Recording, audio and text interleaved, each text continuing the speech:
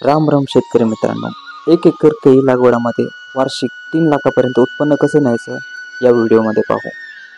केळी लागवड करत असताना अंतर किती ठेवायचं, त्यामध्ये संगोपन कसं करायचं व त्यावर योग्य काळजी करून जास्तीत जास्त उत्पन्न कसं करता येईल या व्हिडिओमध्ये पाहू. नमस्कार मित्रांनो, स्वागत आहे नर्सिंग पॉवर ऑफ फशील या यूट्यूब चॅनलवरती. नवीन असाल तर नक्कीच लाईक आणि सबस्क्राईब करा. मित्रांनो, चला व्हिडिओ पाहू. मित्रांनो, स्वागत आहे आपल्या यूट्यूब चॅनलवरती. बऱ्याचशा अशा गोष्टी शेतीबद्दल आपण घेऊन येत राहतो. शेतीबद्दल कुठलाही व्यवसाय कसा करता येईल हे नवीन संकल्पना आपण व्हिडिओच्या माध्यमातून मांडायचा प्रयत्न करत असतो. आपण आलो हंगरगा शिरशी, तालुका निलंगा, जिल्हा लातूर या ठिकाणी. ज्ञानोबा पवार हे केळी लागवड केलेले शेतकरी आहेत. रोप कोणतं निवडले व किती रोप होते, त्या रोपामागे वर्षाकाठी किती उत्पन्न होतो मित्रांनो, ह्या पूर्ण डिटेल आज या व्हिडिओमधून जाणून घेऊ. काका, आता आपलं किती प्लॉट लागवड आहे केळीचं वगैरे? एकूण 1250 रोप होते. आता त्याच्यापैकी काही वेस्टेज म्हणजे पाण्यामुळे गेले. आता सध्या 800 रोप तयार आहेत. 800 रोप झाड तयार आहेत. अच्छा, आता तुम्ही म्हणता की हार्वेस्टिंग चालू आहे. हार्वेस्टिंग आता हे किती महिन्यानंतर कधी लागवड झाली, हार्वेस्टिंग कधी आली तुमची वगैरे? 1 जुलैला लावण झाली. गेल्या वर्षी 1 जुलैला लागवड. 10व्या महिन्यामध्ये हार्वेस्टिंग चालू झाली. म्हणजे आपण जर मेहनत चांगल्या पद्धतीने केलो, संगोपन चांगलं केलं तर 10व्या महिन्यात मध्ये हार्वेस्टिंग चालू होते. आतापर्यंत आपलं एक 25 क्विंटल माल गेला.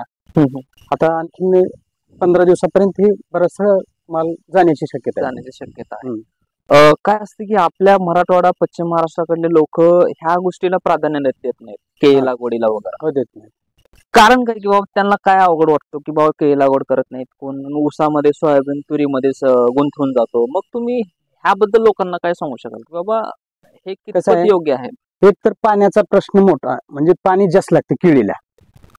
तसं पाहिलं तर ऊसा एवढं पाणी सफिशियंट आहे, पुरतं. पण संकल्पना म्हणजे आपल्याकडे कसं आहे की ऊस लावले की ऊस इतर पिकं घ्यावं असं त्यांच्या मनात येतच नाही. म्हणून आता माझ्या मनात आलं की बाबा आता आपण ऊसापेक्षाही केळी जर निवडलं तर काय एक शाश्वत पीक आहे.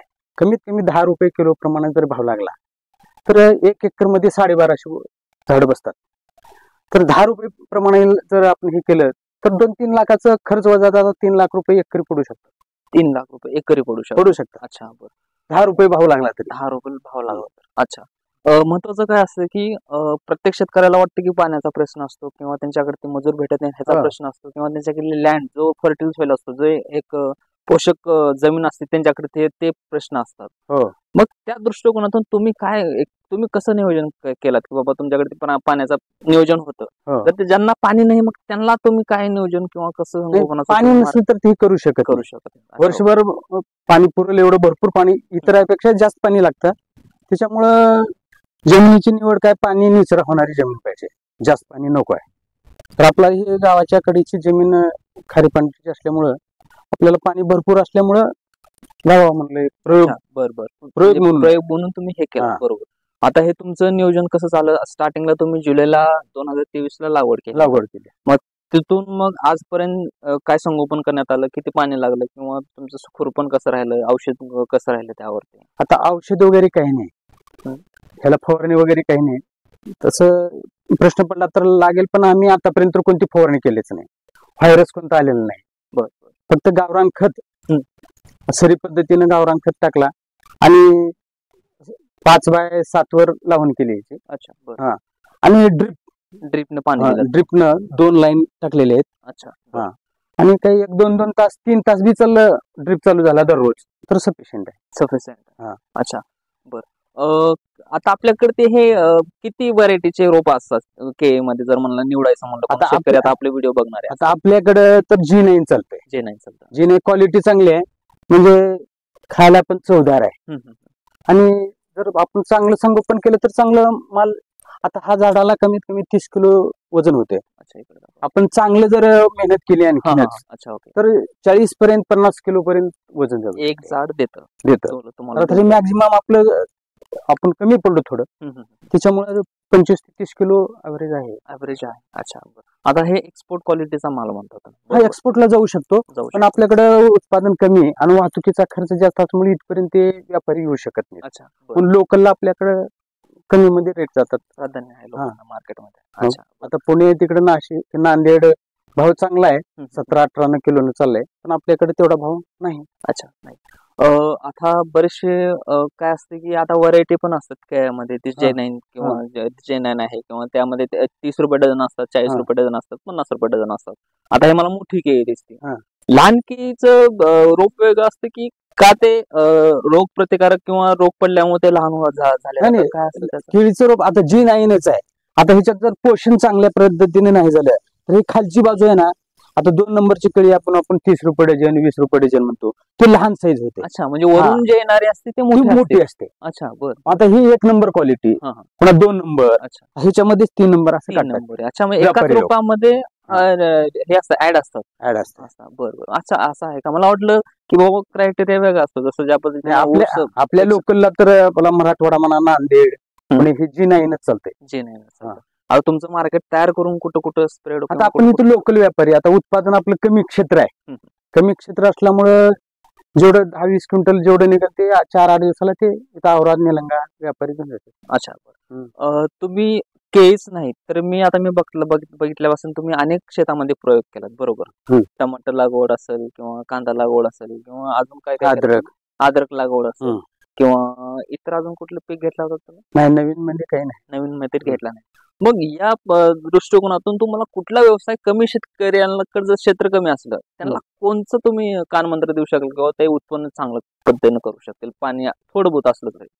पाणी थोडं बहुत असलं तर त्या पाण्यापुरतं क्षेत्र बघूनच आपल्याला, म्हणजे शेतकऱ्याला जे आपण विक्री करू शकतो, उत्पादन करण्यापेक्षा माल कोणता विकला जातो त्याच्यावर अवलंबून. बरोबर, हे महत्वाची गोष्ट. बरोबर.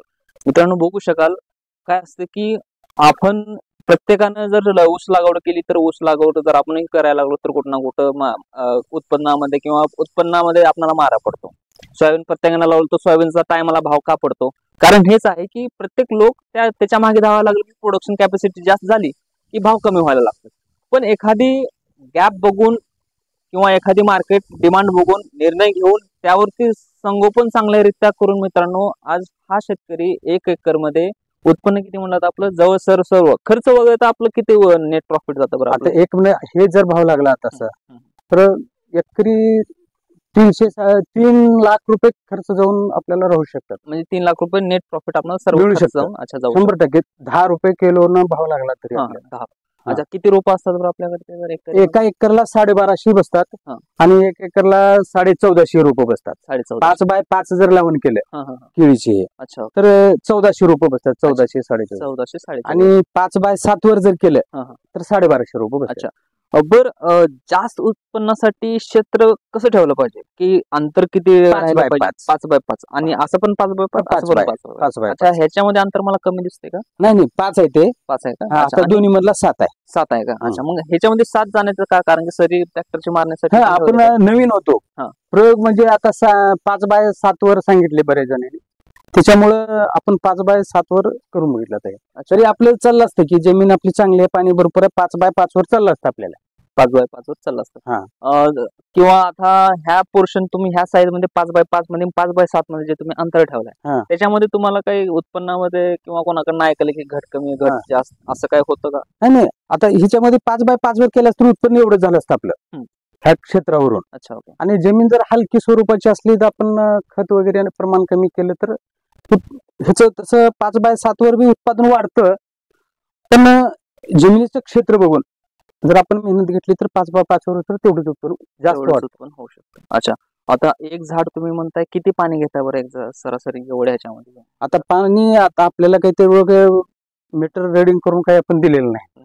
आपण ग्रामीण भागातले असल्यामुळं आता इतर व्हिडिओ बघून आपण 24 लिटर पाणी एका झाडाला 1 दिवसाला लागते असं आपण ऐकलो. पण आता कोण मोजत बसले आपण 24 लिटर जाते असं? एक कदाचित तुम्ही थोडं देऊन तरी आता सरासरी वरल्यावरी तुम्ही आता कॅल्क्युलेशन काढलं, बरोबर?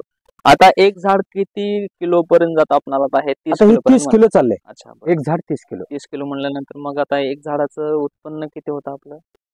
11 सरासरी. आता मार्केट रेट 11 म्हणलं, आता 11 चाललंय आपला 350 जवळपास एक झाड. एक झाड सरासरी 300 धरा. 300 सरासरी. अच्छा, असे किती झाड आहेत आपल्याला? आता आपले अवेलेबल आहेत 800 झाड. 800 झाड. अच्छा, ओके ओके ओके, बर. नवीन लोकांना तुम्ही काय सांगू शकाल काका, की बाबा नवीन म्हणजे नवीन पिकाकडे जाणं योग्य आहे, की नवीन प्रयोग करून बघणं योग्य आहे? तुम्ही काय म्हणू शकाल? कसं प्रत्येकाच्या शेतकऱ्याच्या स्वतःच्या ह्याच्यावर अवलंबून आहे. हं. शेतकऱ्या एक तर मुळात शेतकऱ्याला असं वाटलं पाहिजे की जिद्द पाहिजे की आपण हे उत्पादन करतो किंवा करायला पाहिजे. स्वतः शेतकऱ्याला वाटायला पाहिजे. दुसऱ्यांना मार्गदर्शन करण्यापेक्षा का नाही स्वतःला आपण हे करायला पाहिजे बरोबर असं ठरवायला पाहिजे शेतकरी. बरोबर बरोबर तर नुसतं दुसऱ्यांना सांगून हे करा ते करा म्हणलं तर तो शेतकरी तयार होत नाही. बरोबर बरोबर. अच्छा सर्वात महत्वाचं. अच्छा बरं. मित्रांनो, ही होती एक यशोगाथा. भावांनो, शेती करणं हे सर्वांसाठी अवघडच आहे. पण नवीन संकल्पना घेऊन मित्रांनो, कसं उत्पन्न थोडं जास्त करता येईल मित्रांनो, हा एक उद्देश व्हिडिओच्या माध्यमातून सांगण्याचा होता.